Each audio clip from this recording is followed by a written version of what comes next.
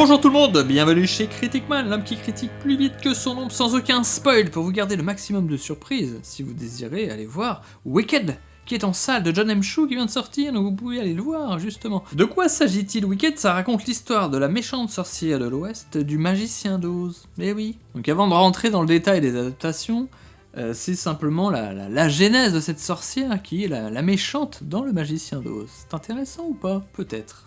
Sans rien dévoiler, il s'agit de l'arrivée de cette jeune femme dans une université, et puis sa vie dans une université au milieu d'autres élèves, avec sa petite différence. En tout cas, la genèse du projet est quand même marrante, puisque le roman Le magicien d'Oz, il date de 1900. Frank Baum, qui a été adapté de diverses manières, mais la plus marquante c'était en 1939 par Victor Fleming, avec ce Technicolor flamboyant, et Judy Garland et tous ses camarades. Je crois qu'il est genre à l'UNESCO, un des rares films qui fait partie du patrimoine. Donc c'est un des films les plus vus de l'histoire du cinéma. Donc une référence que tous les réalisateurs ont forcément plus ou moins dans leur cœur. Mais ce n'est pas à partir de ce film que Wicked est né, c'est parce que en 1996 est sorti un roman qui s'appelle justement Wicked, la genèse, l'aventure de la véritable, un titre beaucoup trop long, la véritable histoire de la méchante sorcière de l'Ouest, qui reprend l'univers de Frank Baum, mais en version un petit peu remaniée, et surtout donc pour raconter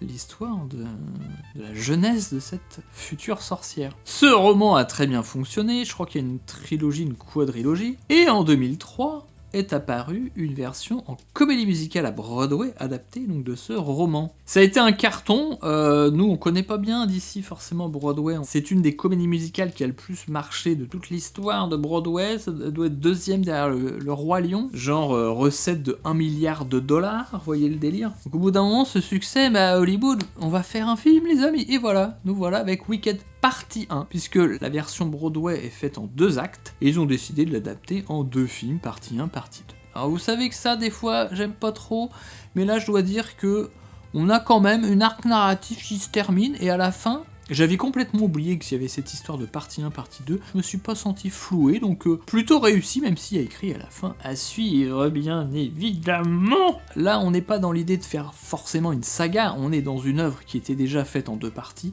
donc la sortir en 2 films, parce qu'il y a beaucoup de matière, pourquoi pas, ça ne me dérange pas du tout. N'est-ce pas Kaamelott volume 2 qui est fait en 2 parties? Hein? Ça c'est cool, parce que ça nous fait un film de plus dans cette trilogie. Bonne technique, merci Alexandre Astier, au passage. Mais donc là on peut se demander, mais pourquoi Criticman il va voir ce film si c'est pour les gamines de 15 ans? Eh ben, écoutez, j'en ai entendu du bien. Et j'étais curieux de voir un grand spectacle comme ça. Je trouve d'ailleurs la sortie aux alentours de Noël, genre d'univers fantastique, ça fonctionne plutôt bien, et donc je suis allé me faire plaisir. Alors forcément, si vous n'aimez pas les comédies musicales, c'est pas la peine de vous faire du mal, parce que là ça va chanter.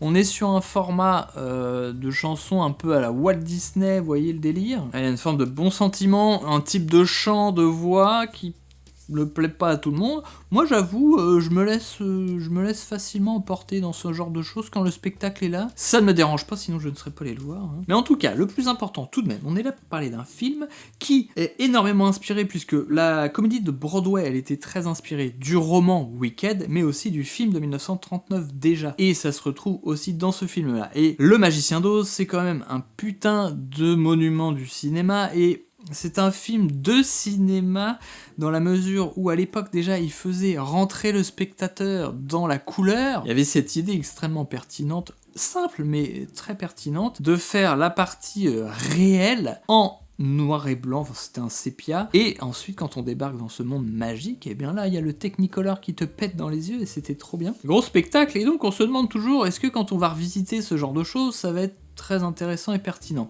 Eh bien j'ai trouvé que oui, dans la mesure où l'histoire racontée est très différente. On est sur des jeunes filles un peu d'aujourd'hui, même si c'est un monde complètement imaginaire. C'est clairement beaucoup plus contemporain en termes de sujet. On a quand même 2 jeunes femmes qui sont les 2 rôles principaux, ça fait plaisir. Même s'il y a des histoires un petit peu d'amour avec des hommes, malgré tout, leur relation est plus importante que ces histoires-là, même si ça vient aussi mixer un petit peu les choses.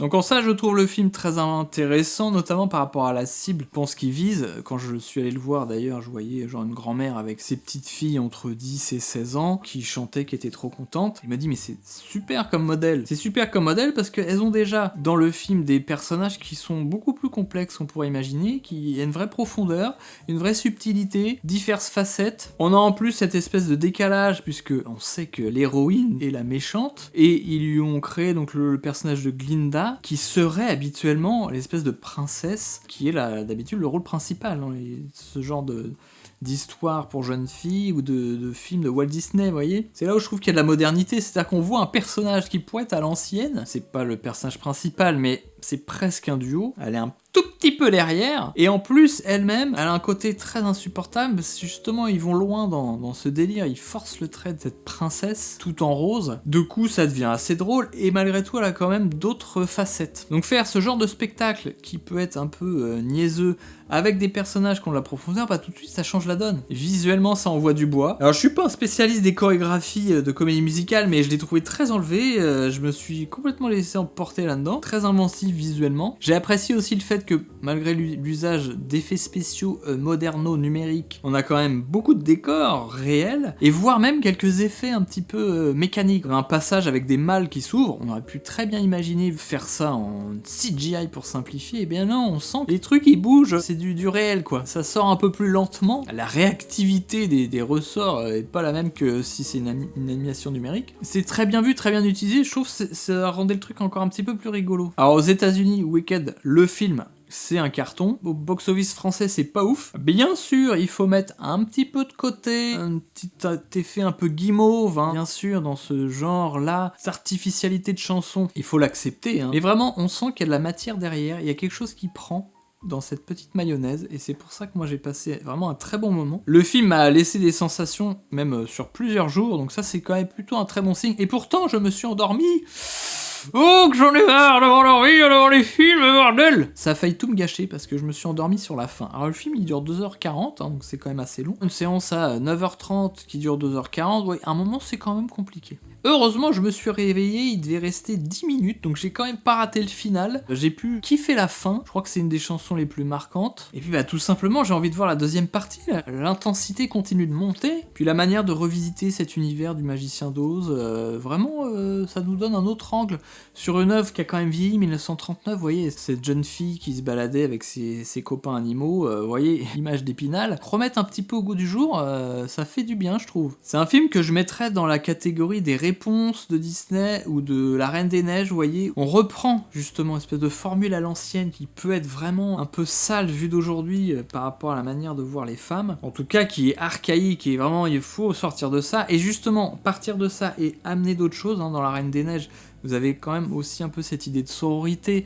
qui fait plaisir. Ah bah ça, je vais être content d'aller le voir avec ma fille, je sais qu'elle va voir des choses que je trouve beaucoup plus intéressantes, des choses un peu plus complexes sur la manière de voir les personnages, les individus, leurs relations, de lui donner un modèle qui est plus complexe, c'est quand même beaucoup plus intéressant parce que la personne se projette dans le personnage, et ben si elle a cette espèce de rôle à la con, bah, elle va se projeter dans ce rôle à la con, donc on n'a pas envie qu'elle ait un rôle à la con. Parce que même le personnage principal, le personnage qui peut être bully habituellement à la fac, qui arrive, qui est un peu différente, machin, je trouve qu'ils lui ont trouvé une variation aussi, puis après qui va se venger des autres, et ben ils ont trouvé un truc beaucoup plus subtil, des petits passages un peu, peut-être ça s'étire un peu sur le milieu, mais il y a d'autres scènes ultra marquantes, donc en plus du divertissement, j'ai l'impression que ça fait un peu avancer les choses, donc c'est chouette. Je vais lui mettre 5 étoiles, hein, je vous le conseille, vous l'avez bien senti, je vous le conseille. Laissez-vous tenter pour finir l'année sur cette petite douceur. Et je trouve ça réussi, tout simplement. Voilà, c'était mon avis sur Wicked, et nous on se retrouve bientôt pour parler